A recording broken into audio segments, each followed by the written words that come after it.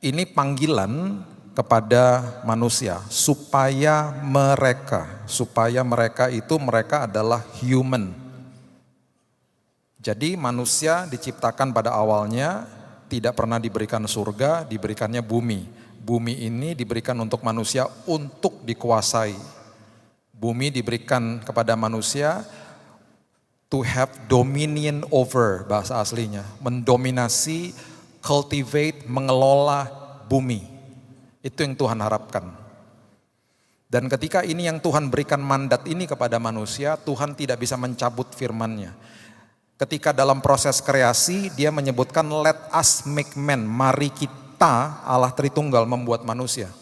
Kita sumbernya Tuhan, tapi ketika diberikan mandat untuk to have authority, ada otoritas di atas bumi, Tuhan gak ikut serta. Dia katakan let them rule over the earth, let them, biarkan human. Human dari arti kata man itu manusia roh, human, hu itu dari humus atau bahan bakunya debu. Jadi ketika manusia roh diciptakan, diberikan format tubuh, dengan format ini disebutnya human, humus and man, manusia daging dengan roh. Itulah saudara dan saya.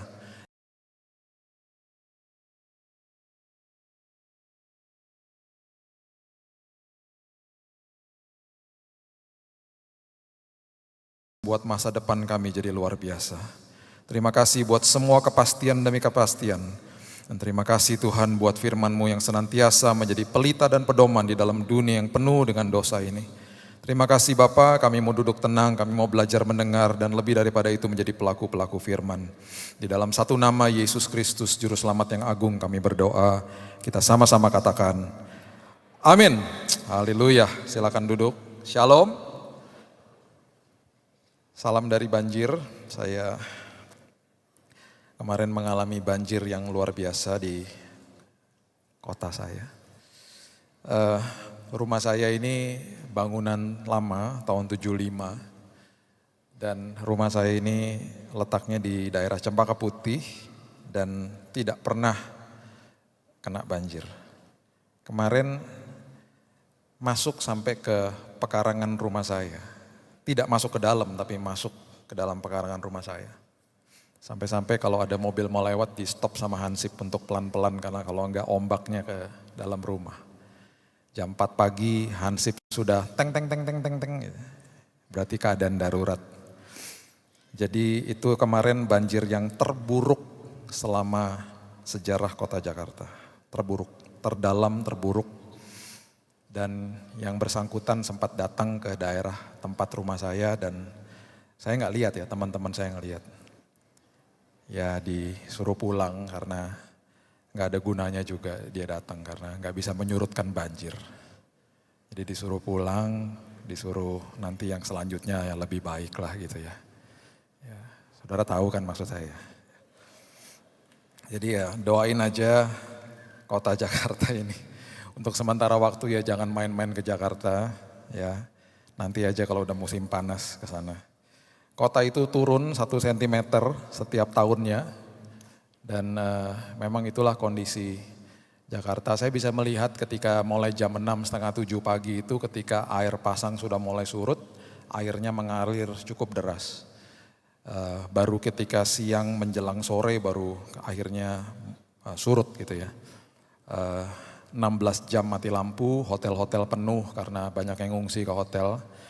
Ada motor-motor yang lewat di beberapa tempat yang kita sudah peringatkan jangan mas gitu. Masih diterobos juga ya, terjadilah banyak hal dekat rumah saya. Yang mogok lah, itulah, tiba-tiba ada bot di depan rumah saya. Kecoa tiba-tiba ada ratusan di dalam rumah saya karena keluar semua. Cacing-cacing pada keluar ya, begitulah kota saya ya.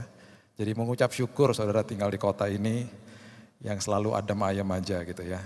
Oke, jangan ke kota saya nanti makin berat kotanya makin turun. Jadi kira-kira begitu hasil laporan saya dari Jakarta ya. Oke, kita bahas firman Tuhan gak ada hubungannya sama banjir ya. Saya berikan judul khotbah saya dicari Tuhan. Ya, biasanya kita dengar firman Tuhan, seek the Lord, cari Tuhan ini Tuhan mencari manusia-manusia yang bisa diajak bermitra sama Tuhan. Karena sebentar kita bahas bagaimana dari awalnya ini Tuhan sudah memberikan mandat kepada manusia, otoritas kepada manusia, dan dia tidak bisa melanggar firman-Nya. Bahkan Alkitab mengatakan firman-Nya itu di atas namanya. Jadi dia tidak bisa deny his word, tidak bisa melanggar apa yang dia sudah ucapkan. Itulah Tuhan kita yang luar biasa. Jadi kalau kita belajar ini, saya berharap kita semuanya serius melakukan ini dan panggilan-panggilan ini. Sebenarnya banyak, dari tadi pagi saya cuma bisa ended up sama 3 aja yang saya bisa bahas, karena banyak. Tapi 3 ini yang menurut saya paling penting ya. Mungkin nanti yang lain-lainnya saya masukin di YouTube aja. Ya, ini 3 dulu deh ya. Kita harus mengerti bahwa yang pertama ini Tuhan sebenarnya mencari pendoa. Nah, dasar daripada pendoa ini semuanya ada di kitab Kejadian pasal yang pertama ayat yang ke-26 sebenarnya ya. Coba kita buka dulu ya. Awalnya manusia ini dicari sama Tuhan ketika manusia jatuh dalam dosa, dicari manusianya. Jadi kalau Tuhan cari manusia, cari saudara, jangan merasa bersalah ya. Saudara sudah ditebus, dicari bukan dicari-cari kesalahannya. Pertama kali Tuhan mencari manusia ketika manusia ngumpet. Jadi jangan ngumpet dari Tuhan ya. Jangan bersembunyi dari Tuhan. Nah, di Kejadian 1 ayat 26 ini kebenaran yang berkali-kali kita bahas. Saya berkali-kali mengutip firman ini, identitas manusia ada di situ dan lain sebagainya ya. Nah, Kejadian 1 ayat 26 mengatakan begini. Berfirmanlah Allah, baiklah kita menjadikan manusia menurut gambar dan rupa kita. Kita udah pernah bahas itu identitas, Tuhan berfirman kepada dirinya sendiri ya. Menciptakan manusia. Kemudian ini kata yang penting, supaya mereka berkuasa atas ikan-ikan di laut, burung-burung di udara, ternak atas seluruh bumi dan atas segala binatang melata yang merayap di bumi. Ini panggilan kepada manusia supaya mereka adalah human.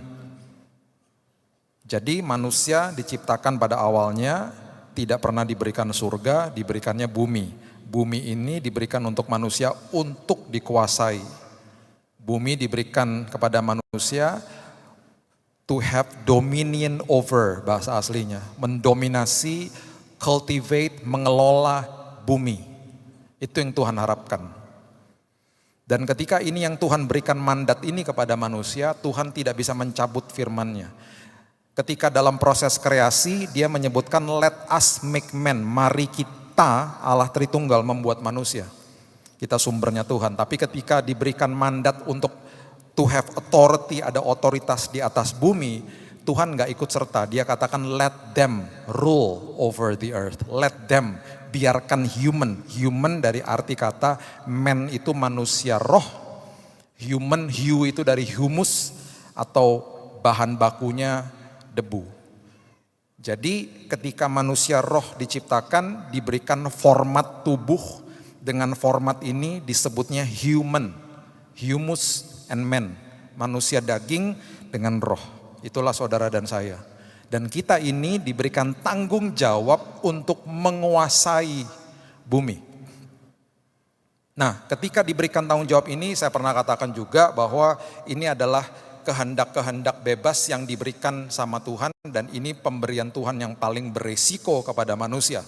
Manusia bisa tidak mengelola hidupnya, manusia bisa mengelola hidupnya kalau dia bergantung sama Tuhan. Jadi sebenarnya ketika ini sudah disiratkan di awalnya, Tuhan begitu konsisten sama perkataannya, sampai-sampai iblis pun tahu ketika dia mau bernegosiasi dengan wanita itu, dengan perempuan itu, ketika mau dicobai untuk akhirnya jatuh dalam dosa, dia harus pun mengambil format tubuh, akhirnya masuk ke dalam ular. Semuanya konsisten. Iblis pun tahu. Dan ketika akhirnya manusia jatuh dalam dosa, dan di titik itu akhirnya di Kejadian 3 Tuhan mengatakan, oke, kamu sudah mempergunakan wanita itu untuk akhirnya terjadi the fall, kejatuhan manusia. Aku pun akan memakai wanita itu untuk mengadakan permusuhan denganmu. Aku akan pakai rahimnya untuk akhirnya melahirkan bayi Yesus dan terjadi permusuhan antara wanita dan engkau.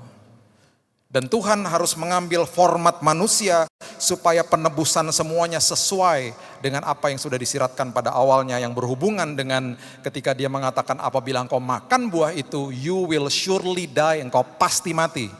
Dan dia tidak bisa mengulang itu semuanya, dia tidak bisa mengatakan, whoops salah, kita ulang lagi semuanya, enggak. Karena dia sudah mengatakan semuanya, makanya di firman Tuhan dikatakan firman-Nya itu melebihi namanya. You will surely die, engkau pasti mati. Kematian ada dua, yang pertama dipisahkan dari hadirat Tuhan, akhirnya manusia juga mengalami kematian yang kedua, rohnya dipisahkan dari tubuhnya. Penebusan pun seperti itu, ketika Yesus menjadi format manusia, penebusannya pun dilakukannya sama. Dia mati dua fase, yang pertama dipisahkan dari hadirat Bapa, makanya dia katakan, Bapa kenapa engkau tinggalkan aku, why have you forsaken me? Dan yang kedua, fase kedua dia rohnya terpisah dari tubuhnya. Dan ini konsisten. Karena memang Tuhan tidak bisa keluar dari firman-Nya dia. Jadi kalau saudara tanya Tuhan hanya bisa dibatasi dengan apa? Dibatasi dengan firman-Nya. Apapun yang difirmankan, dia membatasi dirinya. Dia tidak akan melanggar firman-Nya. Itulah Tuhan kita. Makanya kalau sampai kita nggak percaya sama janjinya, salah kita sendiri. Karena janjinya adalah ya dan amin. Janjinya berdaulat, janjinya dahsyat. Nah, dengan pengertian ini akhirnya mulai keluar nubuatan-nubuatan khususnya di kitab Yesaya yang mengatakan bahwa nanti akan ada seorang perawan yang melahirkan anak yang disebut Immanuel, I am man, di dalam manusia. Nuel itu artinya Elohim, Allah yang ada di dalam manusia. Dengan pengertian Immanuel, Allah beserta dengan kita, arti sebenarnya yang lebih dalam lagi adalah Tuhan menjelma menjadi manusia. Dan pasti Yesaya pada saat itu bingung, apa ya maksudnya? Ketika mendapatkan penglihatan dan pewahyuan itu dan nubuatan itu. Immanuel, Immanuel, Tuhan di dalam manusia. Dan itulah Tuhan kita. Nah, oleh sebab itu makanya doa, ketika manusia jatuh dalam dosa, kemudian manusia akhirnya ada di bumi ini seperti kita pada saat ini. Kenapa doa begitu penting? Doa adalah memberikan izin dalam tanda kutip atau permission, lisensi kepada Tuhan untuk melakukan kehendak-Nya di bumi ini. Karena Tuhan begitu konsisten, dia katakan otoritas kan di tangan manusia. Jadi kamu terserah kamu mau ngapain. Kamu bisa hidup dalam dosa, atau kamu panggil aku untuk hadiratku turun di muka bumi ini. Makanya doa jangan pernah jadi ban serep. Ketika baru ada butuhnya baru berdoa. Bukan, enggak begitu selalu. Doa harus ditabur setiap hari. Ironisnya banyak sekali pertemuan-pertemuan doa yang datang sedikit. Kenapa seperti itu? Karena manusia selalu menganggap doa tidak dijawab, Pak. Saudara tahu bahwa apapun yang saudara naikkan di dalam doa saudara itu semuanya dicatat. Dan Tuhan langsung sebenarnya memberi jawaban. Penyingkapan jawabannya yang berkala. Jawabannya langsung tersedia. Tidak, yes atau nanti. Tersedia langsung. Dengan iman kita mau disingkapkan dan itu perlahan-lahan dia akan beritahu kepada kita. Jadi banyak doa-doa yang saudara mungkin tabur 2 tahun lalu sedang dijawab pada hari ini. Saudara mungkin juga sudah lupa saudara doakan itu. Jangan stop berdoa. Makanya kasihan kalau lihat gereja-gereja yang ada menara doanya, dibuka pintu ruang doanya, yang dalam cuma 2 ibu-ibu tua yang lagi doa di situ. Yang satunya ketiduran. Tabur doa. Karena doa memberikan izin kepada Tuhan supaya kehendak-Nya terjadi atas hidup manusia. Kenapa? Karena kalau tidak, pengelolaan atas hidup ini tidak terjadi. Bukti sekarang yang paling updated lah, ya. Saya pun terkejut. Ada satu orang yang sedang berusaha nanti cita-citanya ya pasti jadi presiden Amerika, namanya Pete Buttigieg. Saudara pasti mungkin sudah dengar beritanya. Dia seorang homoseksual, kalau sampai dia terpilih jadi presiden Amerika, pertama kali Amerika nanti ibu negaranya seorang pria. Nah, bisa bayangkan coba. The first lady-nya pria. Dan bukan hanya itu saja, dia sekarang mengeluarkan Alkitab versinya dia. Pete Buttigieg study Bible yang menggabungkan antara apapun yang dia suka, dan plus ditambahkan progressive stance namanya. Apapun yang dia percaya, tafsiran-tafsirannya dia. Salah satu yang melenceng, yang mengerikan adalah dia katakan tentang thou shall not kill, engkau tidak boleh membunuh. Itu dia tafsirkan yang dibunuh itu gak boleh ketika sudah jadi manusia di luar rahim. Apapun yang di dalam rahim gak apa-apa. Pro-choice namanya.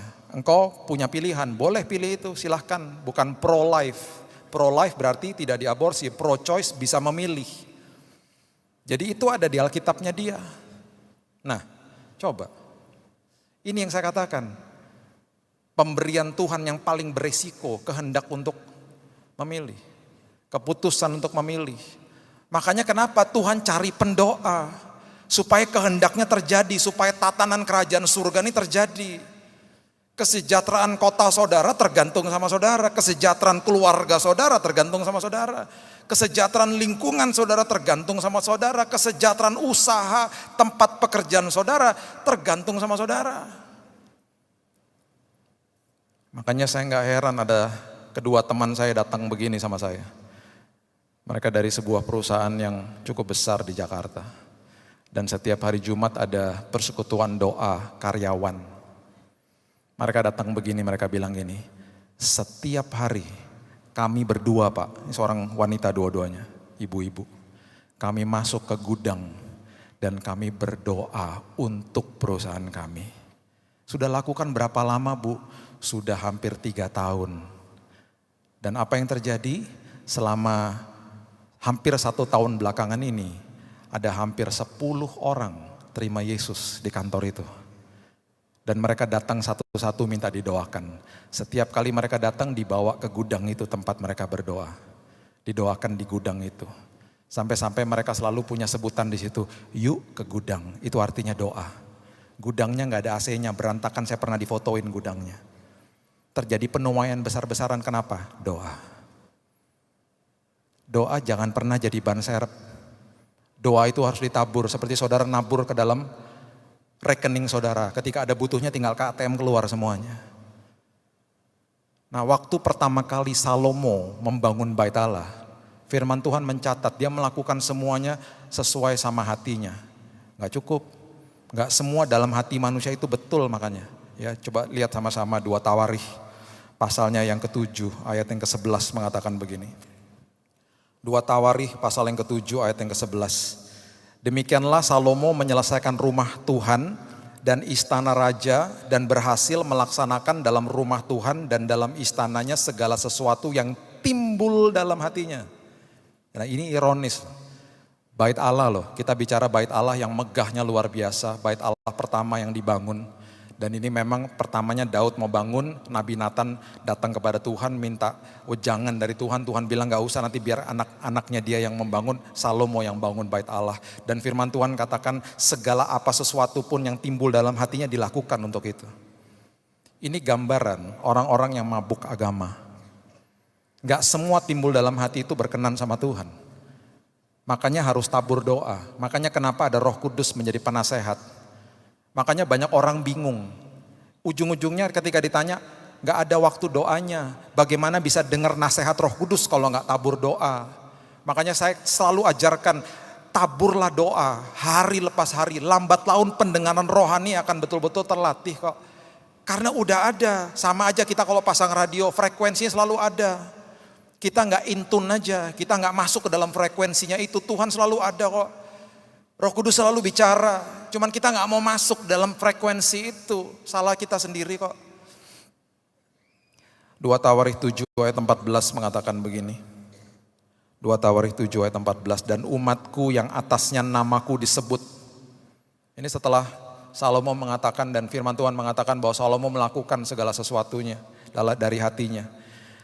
Tuhan mengatakan atasnya namaku disebut, merendahkan diri, berdoa dan mencari wajahku, lalu berbalik dari jalan-jalannya yang jahat, maka aku akan mendengar dari sorga dan mengampuni dosa mereka serta memulihkan negeri mereka. Bahasa Inggrisnya ya, 2 Chronicles 7 ya, ayat 14. Di pertamanya itu lebih jelas dikatakan begini, coba lihat. 2 Chronicles ya, 2 Chronicles. Ini terjemahan NLT. Then if my people who are called by my name. Tuhan mencari pendoa. Karena di dalam bait Allah pun gak semuanya pendoa. Saya percaya semua tempat ini tidak terkecuali saudara pendoa semuanya. Respon sama Tuhan. Karena Tuhan cari mitra supaya kehendaknya terjadi di muka bumi. Tuhan cari pendoa-pendoa supaya kehendaknya terjadi di keluarga saudara.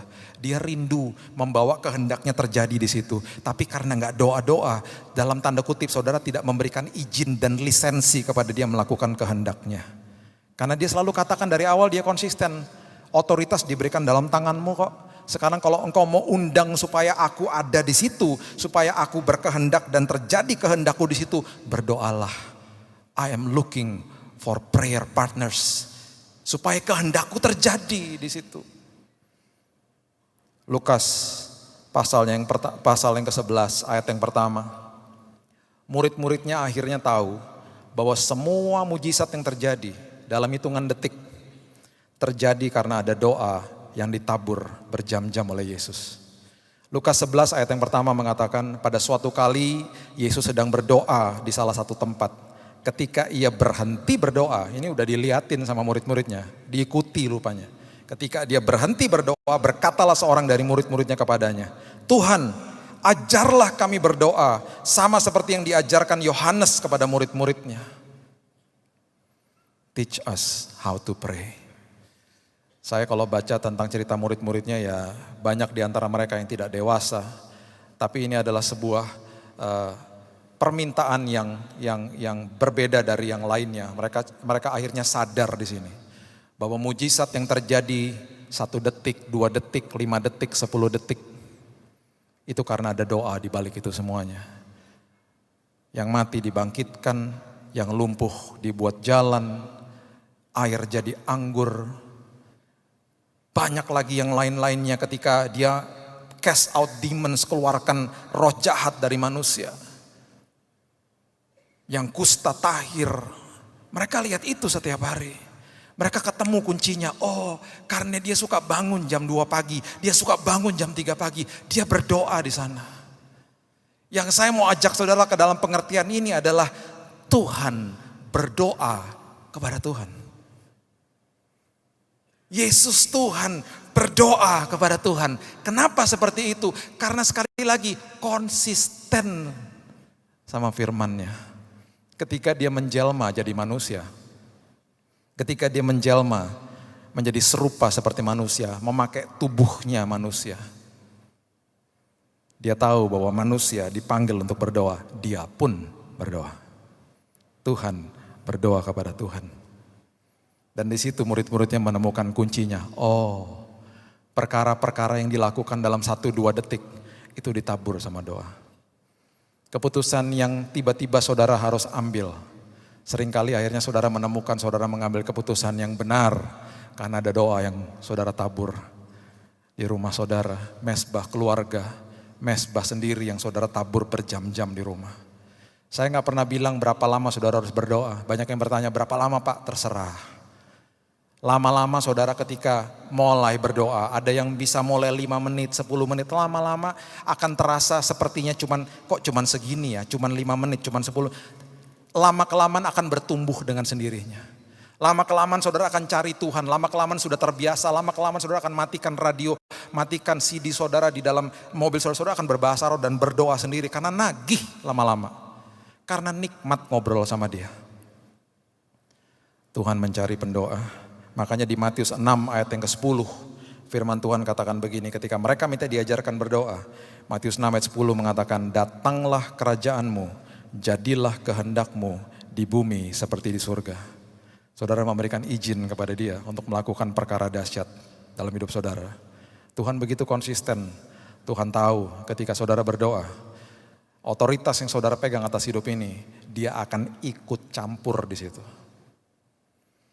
Matius 17 ayat 14 firman Tuhan mengatakan ketika Yesus dan murid-muridnya kembali kepada orang banyak itu datanglah seorang mendapatkan Yesus dan menyembah katanya, Tuhan Kasihanilah anakku, ia sakit ayan dan sangat menderita, ia sering jatuh ke dalam api dan juga sering ke dalam air. Aku sudah membawanya kepada murid-muridmu, tetapi mereka tidak dapat menyembuhkannya. Maka kata Yesus kepada murid-muridnya ini, ayat 17, hai kamu angkatan yang tidak percaya dan yang sesat, berapa lama lagi aku harus tinggal di antara kamu? Berapa lama lagi aku harus sabar terhadap kamu? Bawalah anak itu kemari. Dengan kata lain, bahasa Inggrisnya mengatakan, have you not observed me? Kenapa kamu gak perhatikan aku selama ini? Kenapa kamu gak pernah lihat gaya hidupku selama ini? Aku tabur doa. Dengan keras ayat 18, Yesus menegur dia, lalu keluarlah setan itu daripadanya dan anak itu pun sembuh seketika itu juga. Ayat ini banyak yang dimutilasi sama hamba-hamba Tuhan. Mereka berpikir dengan suara keras iblis keluar ketika orang kerasukan setan. Mungkin iblisnya bilang begini, siapa kamu? Siapa kamu? Dengan suara keras Yesus melakukan itu, bukannya berarti kita dengan suara keras bisa mengeluarkan iblis dari seseorang. Kenapa dia bisa lakukan itu? Kemudian murid-murid Yesus ayat 19 datang dan ketika mereka sendirian dengan dia, bertanyalah mereka, mengapa kami tidak dapat mengusir setan itu? Ayat yang ke-21 mengatakan, jenis ini tidak dapat diusir kecuali dengan berdoa dan berpuasa. Tabur doa saudara. Tabur doa saudara. Mama saya dulu waktu saya masih kuliah punya kata-kata nasihat yang membuat saya sampai kadang-kadang bosen dengarnya. Bosen dengarnya. Selalu kalau saya, karena saya dekat sama dia dan saya suka bertanya sama dia ketika saya masih kuliah di luar, saya suka telepon dan bilang, ini gimana ya Ma, ini gimana ya. Selalu jawabannya yang membuat saya akhirnya jadi gak mau bertanya lagi. Dia selalu ngomong begini, banyak berdoa. Kita mungkin sering sekali dengar khotbah, banyak doa. Aduh bosen ya, dengar itu lagi. Minta nasihat sama orang, banyak doa. Sekarang saya ngerti bobot itu. Bulan depan dia akan berumur 70 tahun, 77 tahun di tanggal 777. Dia tinggal sebelah rumah saya. Saya sering peluk dia dan saya bilang, Ma, thank you ya. Thank you for everything. Terima kasih ngajarin aku untuk banyak berdoa. Bukan berdoa aja, banyak berdoa. Sekarang aku ngerti, Ma. Sekarang aku ngajarin anak-anakku banyak berdoa. Banyak yang saya korbankan waktu saya, tapi saya nikmati. Kenapa? Karena harus berdoa. Kemarin hari Sabtu karena pagi-pagi banyak urusan dan kemudian traveling ke Surabaya. Diajak makan malam, saya bilang sorry Pak, saya gak ikutan. Kenapa Pak? Saya belum doa hari ini Pak. Saya belum doa untuk persiapan besok pelayanan. Saya katakan begini karena konteksnya, saya gak biasanya memberitahu ini kepada jemaat. Saudara lihat saya berdiri di sini. Saya harus punya banyak waktu yang saya tabur di belakang sana. Dan itu saya lakukan sangat konsisten karena saya gak main-main sama waktu ini. Banyak waktu, ya. Rumah saya ini berdempetan sama rumah mama saya. Adik saya juga tinggal di sini, kita tinggal deket-deketan. Seringkali kita hangout, kita ngumpul, teman-teman datang. Tempat rumah ini tempat hangout lah ya. Adik saya suka masak, kadang-kadang kita lagi food testing sama-sama, teman-teman datang. 8:30 tank. Atau bahkan kadang-kadang jam 8 saya pulang. Tunggu dulu ya, nanti saya balik lagi 1 jam lagi. Kenapa? Mesbah keluarga. Kadang-kadang ada rasa berat, aduh masih pengen ngobrol. Ntar dulu ya, saya pulang dulu. Anak saya harus tidur soalnya, kita mesbah keluarga dulu. Kita gak cepet-cepet, kita gak buru-buru. Anak saya pernah nanya gini, Dedi bukannya di sebelah lagi banyak teman-teman? Iya gak apa-apa, kita doa aja. Gak ditungguin, biarin aja mereka nunggu, kalau pulang ya biarin aja. Kita doa dulu, ini paling penting soalnya. Dan nikmat. Dan saya selalu terngiang-ngiang kata-kata itu. Banyak berdoa. Itu kata-kata yang saya paling sebel dulu. Karena apa? Gak dapet jawabannya instan. Doa lagi. Saya pengen jawaban instan, makanya doa gak populer. Saudara tidak pernah tahu apa yang saudara tabur. Saudara akan nikmati. Mungkin besok, mungkin langsung, mungkin 1 tahun lagi, mungkin 2 tahun lagi. Doa saudara tidak pernah percuma. Tidak pernah percuma. Karena Tuhan cari kok. Tuhan mencari pendoa. I'm looking for a prayer partner. supaya kehendakku terjadi atas bumi ini. Yang kedua, Tuhan mencari pendengar, saudara. Mendengar ini susah, ya, susah. Mendengar ini butuh extra effort, gitu ya. Butuh usaha yang keras untuk mendengar daripada berbicara. Banyak sekali hubungan demi hubungan hancur karena tidak belajar mendengar. Sebuah kata dan sebuah kata eskalasi satu sama lain, emosi, akhirnya yang satu merasa menang di dalam argumentasi, tapi kehilangan hubungan. Suami istri begitu, di Jakarta beberapa waktu yang lalu pernah ada yang orang serempetan di pintu tol, keluar eskalasi kata-katanya, tidak cepat untuk mendengar, tapi cepat untuk bicara, pukul-pukulan, satunya meninggal. Dipukul, meninggal. Koma, meninggal, salah pukul rupanya, kena bagian yang vital di kepala, retak. Karena apa? Kata-kata. Firman Tuhan katakan begini, Markus 12 ayat 29. Ini adalah hukum terutama dan kita sudah sering mungkin sudah tahu hafal hukum terutama. Di Markus didokumentasikannya luar biasa. Dimulai dengan ini, jawab Yesus, hukum yang terutama ialah dengarlah. Hai orang Israel, Tuhan Allah kita, Tuhan itu Esa. Dengar, listen. Baru ayat 30 mengatakan, kasihlah Tuhan Allahmu dengan segenap hatimu, segenap jiwamu, segenap akal budimu, dengan segenap kekuatanmu. Yang pertama, dengar. Dengar. Bahkan Bapa mengatakan ini di Markus 9 ayat yang ke-7. Maka datanglah awan menaungi mereka, dan dari dalam awan itu terdengar suara, inilah anak yang kukasihi. Dengarkanlah dia, dengarkanlah Yesus. Itu perintah loh dari Bapa. Dia mencari orang-orang yang mau dengar. Kenapa? Itu cikal bakalnya orang bisa taat. Itu cikal bakalnya menjadi sebuah keselamatan atas hidup. Dan ini secara luar biasa ditulis sama Yakobus, adik kandung daripada Yesus. Adik kandung daripada Yesus. Saya ketika belajar tentang ini saya suka membayang-bayangkan, lucu juga ya, satu hari itu pasti mungkin ada satu momen di mana Yesus bilang sama adiknya Yakobus, kamu tahu nggak, aku ini Tuhan loh, kamu harus nyembah aku. Itu gimana coba kalau saudara tiba-tiba kakak saudara datang, kamu tahu nggak aku Tuhan? Yang bener aja kamu Tuhan. Itu pasti ada momen-momen seperti itu. Yakobus menulis secara luar biasa, Yakobus pertama ayat 19. Hai saudara-saudara yang kukasihi, ingatlah hal ini, setiap orang hendaklah cepat untuk mendengar. Tetapi lambat untuk berkata-kata dan juga lambat untuk marah. Sebab amarah manusia tidak mengerjakan kebenaran di hadapan Allah. Jangan pernah merasa bahwa saya menang argumentasi itu. Saudara gak menang. You lose the relationship. Saudara kalah di situ. Kenapa? Hubungannya hancur. Cuman gara-gara kata-kata mau menang argumentasi. Makanya ketika saya menikah, saya bilang sama istri saya, yuk kita belajar menghargai satu sama yang lain. Saya cuman bisa hitung sama jari mungkin 3-4 kali ketika suara kami dua-duanya eskalasi. Meninggi dan tiba-tiba kami sadar dan kami diam. Dan kemudian saling mempersilahkan, kamu duluan deh jelasin. Dia jelasin begini. Akhirnya saya bisa bicara, saya gak suka sama cara kamu. Cuman sekarang saya ngerti kenapa kamu begitu. Sekarang aku ngomong ya, gitu, dengerin ya. Lambat laun akhirnya kebenaran itu bukan kebenaran saya atau kebenaran dia. Kebenaran yang ada di situ kebenaran firman dan akhirnya menyelamatkan semuanya. Makanya orang datang ke dalam gedung gereja, ada tim praise and worship itu untuk supaya semuanya fokus. Dan ketika firman Tuhan mulai disampaikan, jemaatnya udah fokus untuk mendengar.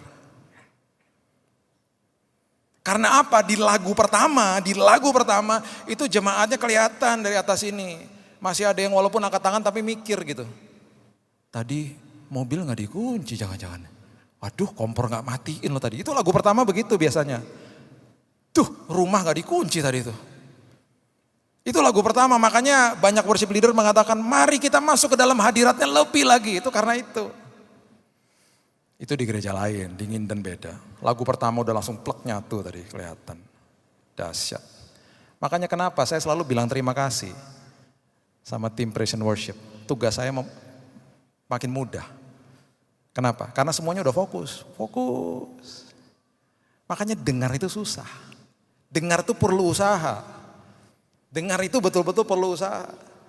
Dan dikatakan ayat 21 dikatakan begini. Yakobus 1 ayat 21. Sebab itu buanglah segala sesuatu yang kotor dan kejahatan yang begitu banyak itu, dan terimalah dengan lemah lembut firman yang tertanam di dalam hatimu yang berkuasa menyelamatkan jiwamu. Makanya banyak jemaat datang kepada saya, Pak doain Pak, begini Pak. Kalau engkau belajar untuk dengar, belajar dengar firman, mungkin akan berbeda. Makanya Amsal 4 mengatakan arahkan telingamu kepada ucapanku, simpan di lubuk hatimu, karena itu sumber daripada kesembuhan, sumber daripada kehidupan. Arahkan telingamu kepada ucapanku. Saya punya kelompok sel di rumah, kami mentoring sekitar 15 orang. Jadi biasanya formatnya tuh kita puji-pujian, makan dulu puji-pujian, terus kemudian mulai sharing-sharing. Saya biasanya mulai mengajar satu firman dan kemudian kita mulai sharing sama-sama. Nanti saya biasanya tambahkan lagi dan kita tutup, kita satu ayat kita bisa eksposisi sama-sama. Bisa 2 jaman, memang seru ya. Di awal-awal waktu ada yang sharing satu-satu ngobrol gitu ya. Nanti tiba-tiba istri saya bisik-bisik, mau kopi enggak? Mau kopi enggak? Lagi ada satu yang sharing, dia berdiri, dia buat kopi. Terganggu gak? Terganggu. Mesin kopi nyala, terganggu.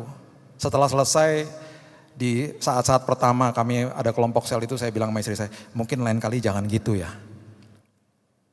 Kita buatin kopinya sebelum aja, jadi kita duduk, kita liatin mereka, kita fokus.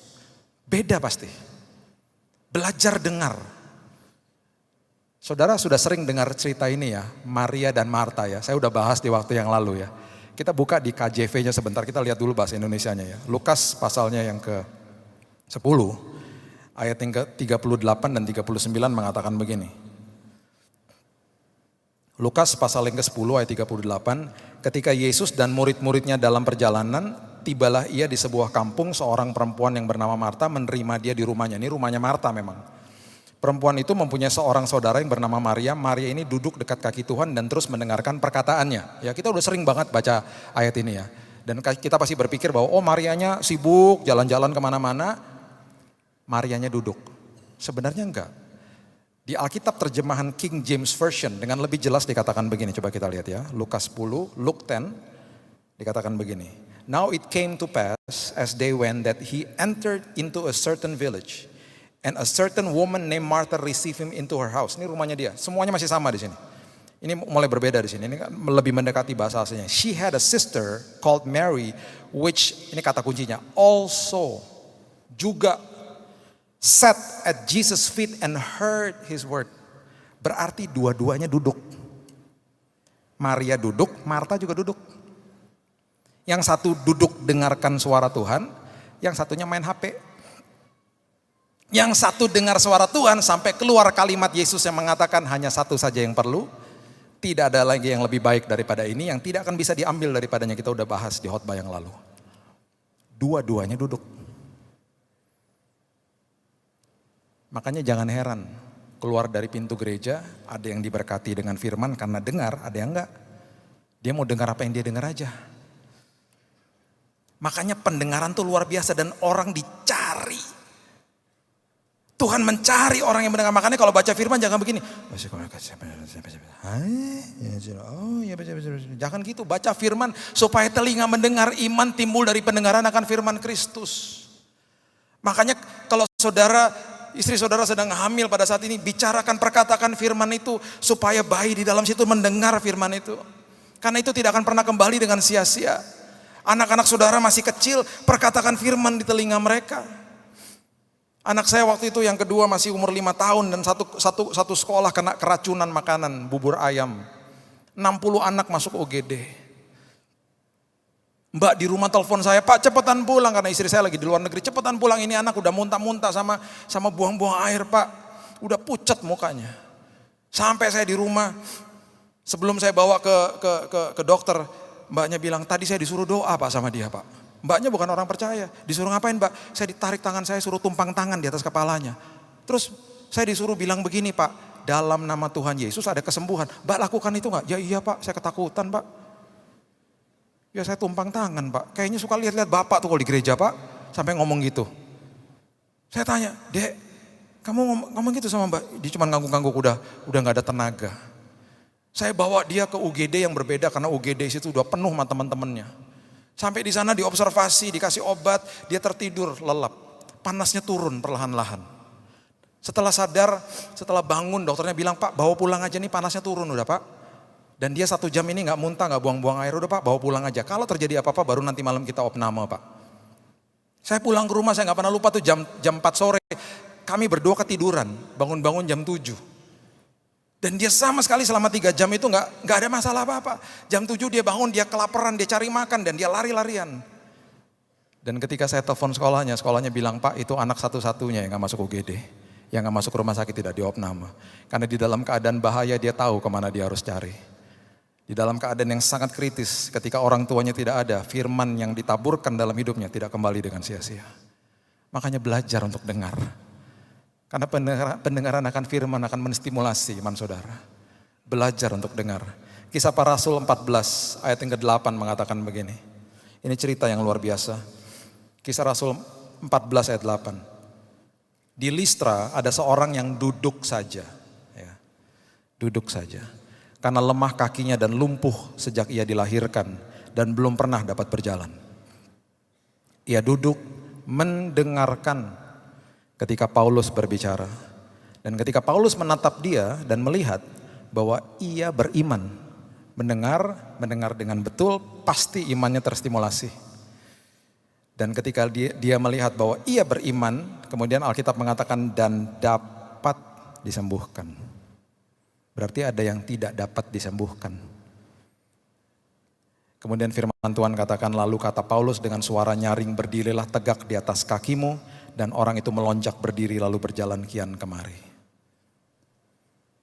Dengar firman Tuhan, iman saudara akan terstimulasi. Dan pada akhirnya ketika Tuhan mencari pendengar, Tuhan mencari juga pelaku firman. Pelaku firman itu didokumentasikan dengan sangat jelas. Di Yesaya 66 ayat yang pertama dan yang kedua mengatakan begini. Yesaya 66 ayat yang pertama, beginilah firman Tuhan, langit adalah tahtaku, bumi adalah tumpuan kakiku. Rumah apakah yang akan kamu dirikan bagi aku dan tempat apakah yang menjadi perhentianku? Itu bicara soal pengorbanan, aku gak butuh pengorbananmu. Karena aku adalah Allah yang besar. Ayat yang kedua mengatakan, bukankah tanganku yang membuat semuanya ini sehingga semuanya ini terjadi? Demikianlah firman Tuhan, tetapi kepada orang inilah aku memandang, orang yang tertindas, patah semangatnya, dan catat ini baik-baik, yang gentar kepada firmanku. Di versi The Message, coba kita buka ya. Alkitab bahasa Inggris ini di versi The Message, jelas sekali dikatakan begini. Heaven is my throne, earth is my footstool. Ini semua masih sama. What sort of house could you build for me? Masih sama. What holiday spot reserved for me? I made all this, I own all this. God's decree. Perhatikan ini. But there is something I am looking for. Aku mencari siapa?